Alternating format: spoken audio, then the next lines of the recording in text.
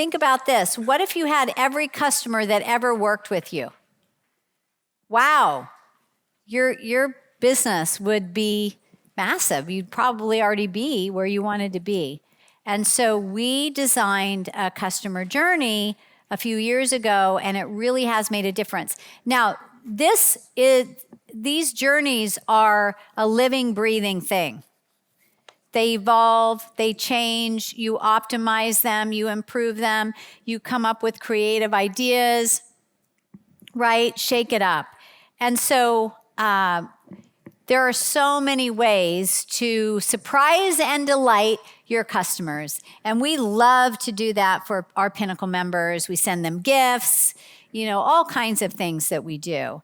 And so from the moment that someone starts to work with us, they're on that journey. It just shows your customers that they're your ambassadors, and that they know that you care, that you're thinking about them, and that they're important to you. Sending a thank you video, sending a discount code for members only. You can do awards.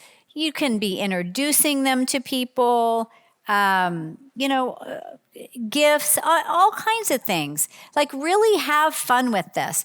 But I will tell you, the more that you can get in front of your customer, the better. Even if they had a great experience with you, they're going to forget because they're busy, distracted, and there's all kinds of other things. So if you're not visible, they will forget about you.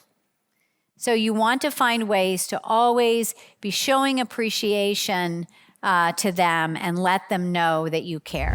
How many of you feel that your meetings are so frickin' boring? You're like, oh my God.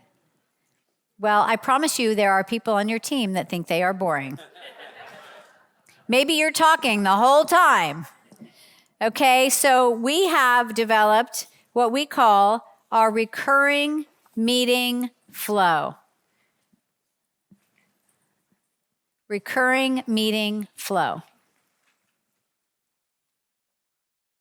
So this came out of, we have tried over the years so many different meeting processes, and I really just thought they were boring. I love collaboration. I want the person that never talks to be contributing. They have done studies to show that when people share what they're grateful for, happiness goes up like 25%. When a team together shares what they're grateful for, they will often talk about things in their personal life. I'm grateful for my grandmother. I'm grateful that I got to spend time with my kids. All of a sudden, there starts to form a bond because people get to know what is important to them, okay? So when we have these meetings, we bring personal things into them, not too much or too long. We want to get to business. But when you create a bond and a connection from the beginning, the energy of the meeting changes. We also design this to bring inspiration and bring everybody back to the why, to the vision. If you're just constantly meeting about the what's, it's disconnected from the why. When you bring everybody back to the why, you've got a more engaged group, okay? Calculate. Now we're going to talk numbers. The top of the meeting is numbers. What's the metrics? How many people signed up for this? What are our numbers for sales for this? Now, you all know, you're going to know your North Star metrics.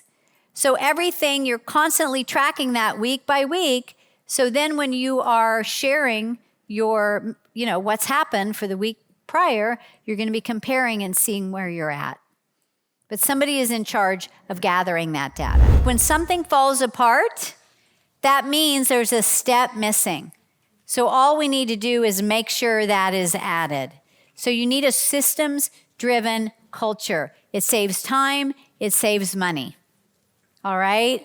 And so if something were to happen to you or someone on the team, then you're not left high and dry because someone else can just step in and take it and run with it. So it takes time to build them. You're not going to do them all at once. And so also, if no one's using the systems, it doesn't work. So just to create systems for the heck of creating systems that no one uses is kind of defeats the whole purpose, all right? So here are some of the things that hold people back in creating a system. I don't know how to do it. I don't have time. My team doesn't follow directions. Start with last year's revenue and then your revenue goal for this next 12 months. Then you're going to break down the revenue streams. And the reason you're doing this is that your gross projected sales needs to match your revenue goal. So if you say, I want to hit 10 million, where is it coming from? So I would want to know, how much projected sales do you have for each of your revenue streams? The other thing that I want to know is pricing and your gross percentage profit.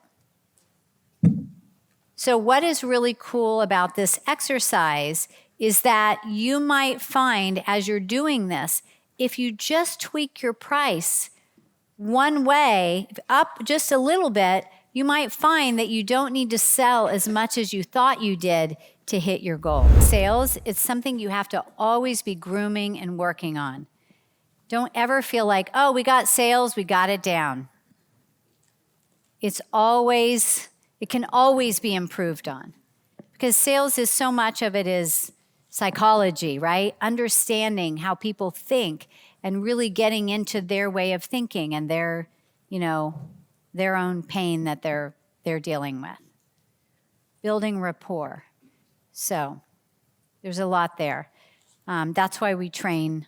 That's why we do our sales lab where we train people on sales. You want to keep an eye on the intended profit. So let's say, yours is $1 million of revenue.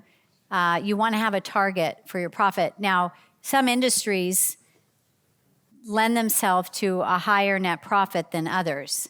Sometimes there's an average in an industry. Sometimes an 8% profit is good, and in others it's 20%. Some people higher. So you're going to have some years that your profit might be lower, or you might even have no profit. Now, don't feel bad about that because there's some years in growth you're investing. And some companies are just more focused on the overall revenue growth. So it really depends, but you definitely want to keep an eye and have that profit goal. So as you are growing, that you can keep that consistency. You want to focus on the highest impact activities first. We often procrastinate and try to do them last. Delegate. Put accountability in place and let go. That's about building a team-managed company. And celebrate. You all work so hard. Recognize all the accomplishments that you're doing and creating in your life. As business owners, we're like, okay, I really want this. And then you get there and you go, yeah, but I really want this. So just make sure that you recognize what you all have done and accomplished because it's a lot. And I love this quote. Life isn't meant to be lived perfectly, but merely to be lived boldly, wildly, beautifully, uncertainly, imperfectly, magically lived.